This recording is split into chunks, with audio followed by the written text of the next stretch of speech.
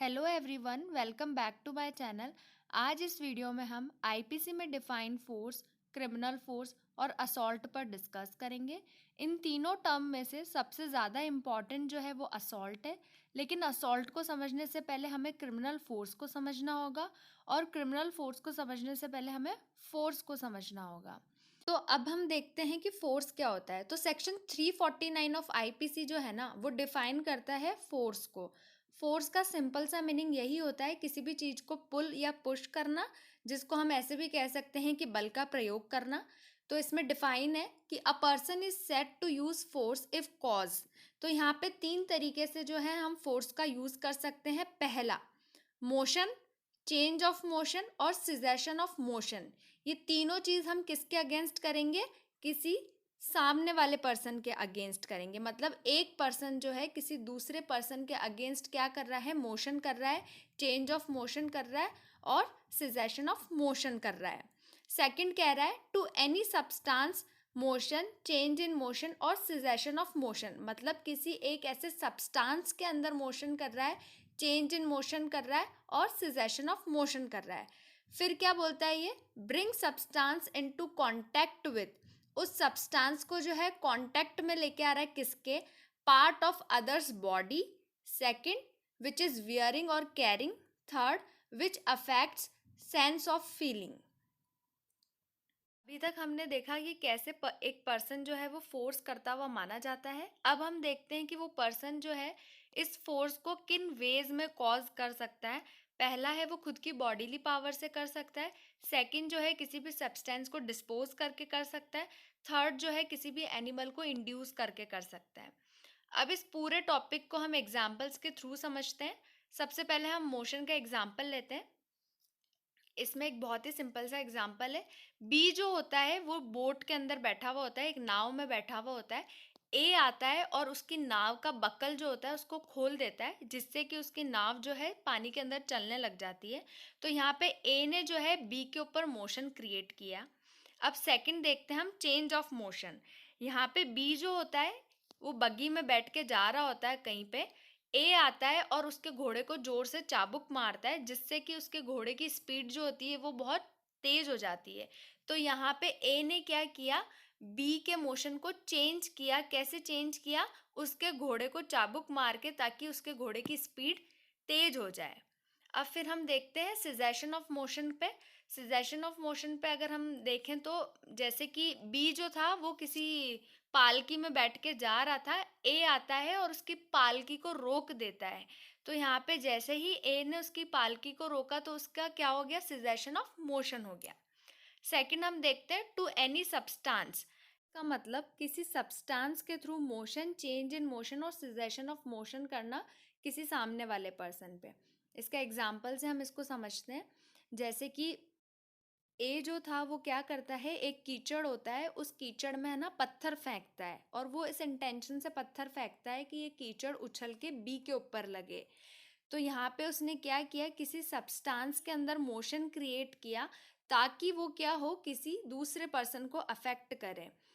तो ये अपन ने एग्जाम्पल देखा है कि सब्सटेंस के थ्रू हम कैसे मोशन, चेंज इन मोशन और सिजेशन ऑफ मोशन कर सकते हैं। अब जो थर्ड है, कहता है bring substance into contact with. अभी जो हमने एग्जाम्पल लिया वही है कि उसका इंटेंशन क्या था कि वो जो सब्सटेंस में जो उसने मोशन और ये क्रिएट किया है ना, उसको क्या करना है? किसके कांटेक्ट में लेके आना है? जिस सामने वाले पर्सन की किसी बॉडी पार्ट पे, या फिर उसने कुछ ऐसा पहन रखा है या उसने कुछ ऐसा कैरी कर रखा है उसके साथ में, उसके कांटेक्ट में लेके आ सकता है वो। या फिर उससे क्या होगा? सामने वाले पर्सन की जो सेंस ऑफ फीलिंग है ना, वो अफेक्ट करे। सेंस ऑफ फीलिंग का अगर हम एग्जांपल लें तो जैसे कि बी जो है वो नहाने जाता है और ए आता है वहाँ पे और उसके पानी के अंदर गर्म पानी मिक्स कर देता है। तो जैसे ही बी नहाने लगता है तो वो उस गर्म पानी को टच करता है, तो उसकी फीलिंग को अफेक्ट होता है। तो यहाँ पे उसने क्या किया है? ए ने जो है बी की सेंस ऑफ फीलिंग को अफेक्ट किया है किसी सब्सटेंस के थ्रू। तो ये था फोर्स के ऊपर पूरा, कि हम एक पर्सन जो है वो कैसे कैसे फोर्स कॉज कर सकता है। अब हम क्रिमिनल फोर्स देखते हैं।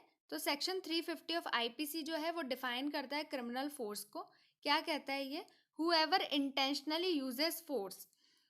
इसके दो एसेंशियल्स है। पहला, without consent commits offence, intention, knowledge by using force. वो क्या करेगा? इंजरी, फियर और अनोयंस। तो पहला ये कह रहा है कि जो कोई भी इंटेंशनली फोर्स यूज करता है, एक तो वो क्या कर रहा है? सामने वाले पर्सन की कंसेंट के बिना यूज कर रहा है इस फोर्स को।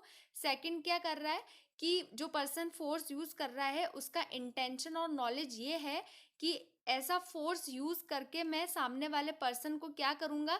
इंजरी कॉज करूंगा, या उसको एक फियर कॉज करूंगा, या उसको अनोयंस कॉज करूंगा।